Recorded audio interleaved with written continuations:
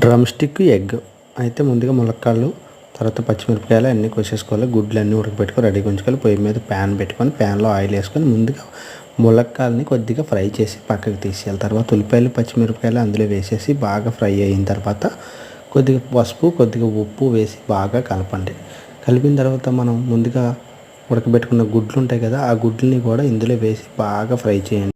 అయితే ఉప్పు, కారం కూడా ఇప్పుడే వేసేసి కొద్దిగా ఫ్రై చేయండి. ఫ్రై చేస్తుంటే బాగా మగ్గిన తర్వాత వీటిలో మనం ఏం చేయాలంటే కొద్దిగా మసాలా వేసుకోవాలండి. మసాలా వేసుకుంటే బాగుంటుంది. తర్వాత టమాటాలు, ఒక 2 టమాటాలు చిన్న చిన్న ముక్కలుగా కట్ చేసుకుని టమాటాలను కూడా బాగా మగ్గించండి. తర్వాత చింతపండు పులుసు వేసేసి బాగా కొద్దిగా ఎక్కువ వేయండి, బాగా మరిగించండి. తర్వాత ముందుగా మనం ఫ్రై చేసి పెట్టుకున్న ములక్కాళ్ళు కూడా అందులో వేసేసి ములక్కాళ్ళని కూడా బాగా కలిపి కొద్దిసేపు మూత పెట్టి బాగా ఇగురులాగా దగ్గరికి అయ్యేంత వరకు చూసుకొని కొద్దిగా ఉప్పు, కారం సరిపోయిందో లేదో చూసేసుకొని దించేసుకుంటే ములక్కాళ్ళ ఎగురు గుడ్లు పులుసు మనకి రెడీ అయిపోయింది. అంతే.